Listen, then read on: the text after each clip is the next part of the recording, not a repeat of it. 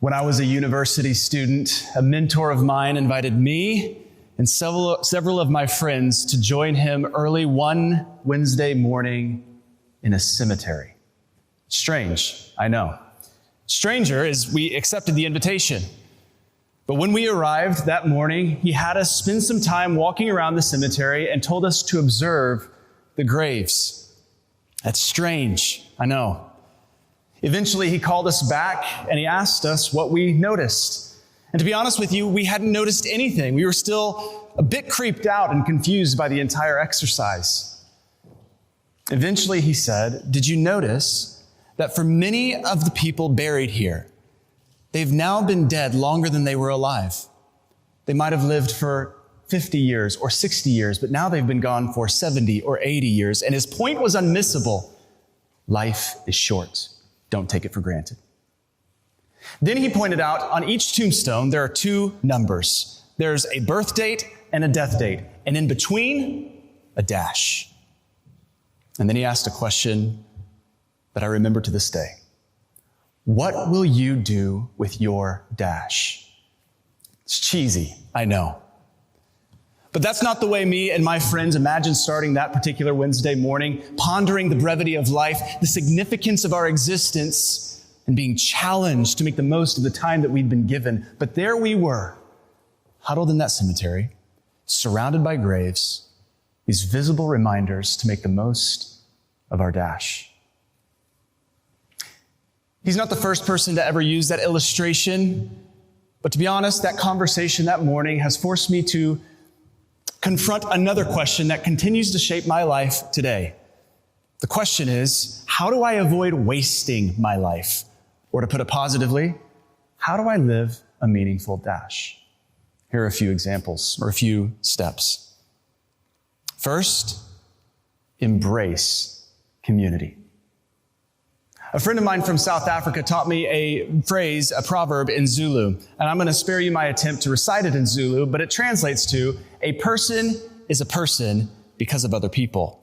In other words, who we become is largely shaped by the people we're around, our friends, our family members, our coworkers, our neighbors, our community. They all play a significant role in shaping who we become.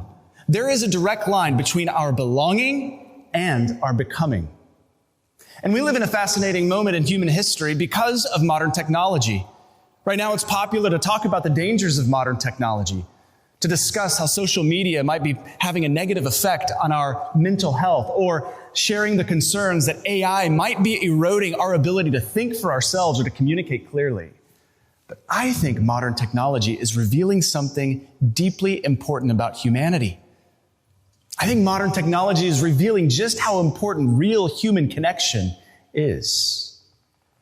In 2023, the U.S. Surgeon General declared loneliness an epidemic. Shortly after that, the Making Caring Common project from Harvard Graduate School of Education conducted a survey around loneliness in which 73% of respondents named technology a leading contributor to their loneliness. It's as if the more digitally connected we've become, the more we recognize that we're missing something.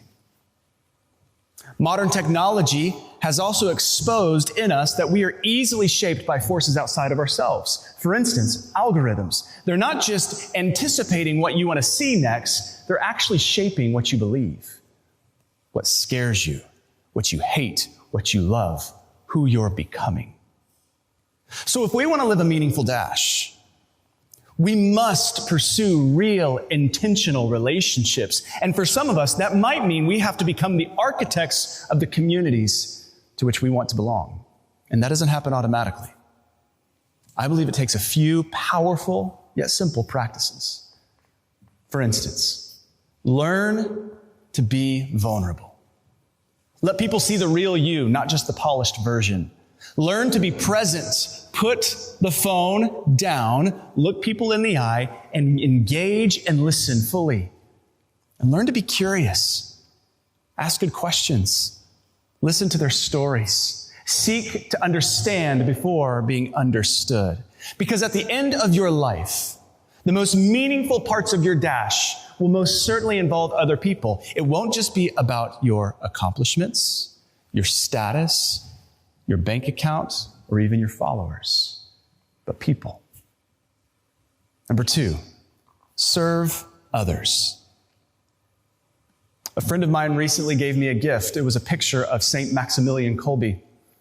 Father Kolbe was a Polish priest, a Franciscan friar, a missionary, and a martyr who during World War II was imprisoned at Auschwitz.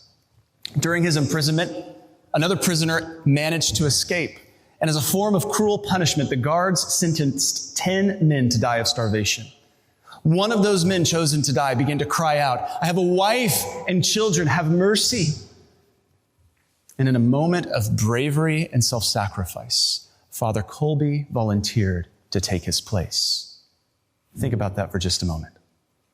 He gave his life so that another man might live. That's an extraordinary example of serving other people in a situation I hope none of us find ourselves in. But it illustrates a powerful truth that a life that truly matters is one that is given away. And here's the paradox. The more we center our lives around ourselves, the smaller they become. But the more we begin to serve others, the bigger they become. Father Kolbe's life was not wasted. His dash is packed with meaning and significance. Serving other people doesn't always look like dramatic acts of heroism.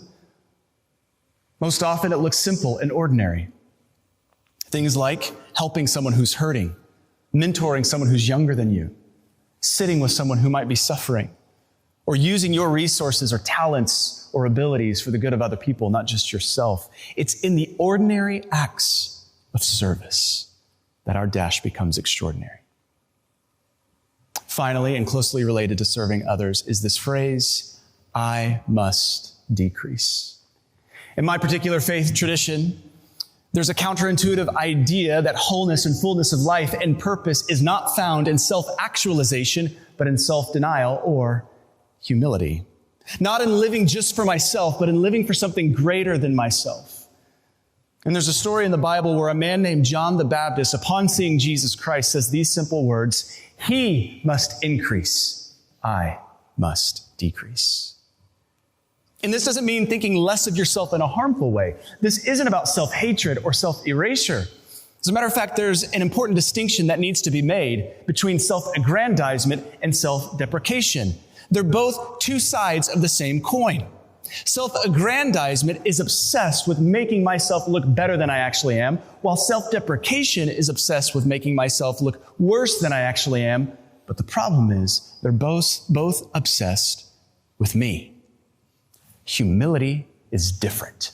Humility is a superpower. Humility is the ability to resist the tyranny of believing the lie that I must become the center of my universe, which fills us with anxiety.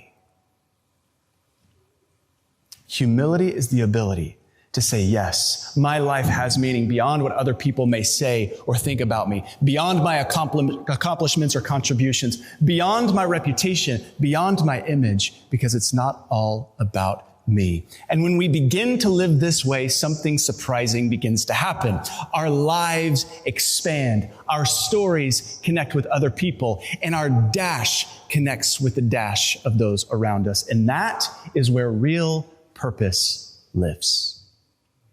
So, if I were to go back to that cemetery that early Wednesday morning, surrounded by my friends, looking at the graves and pondering the dash between the dates, here's what I would say. Though your dash may be short, it can be meaningful. Embrace community.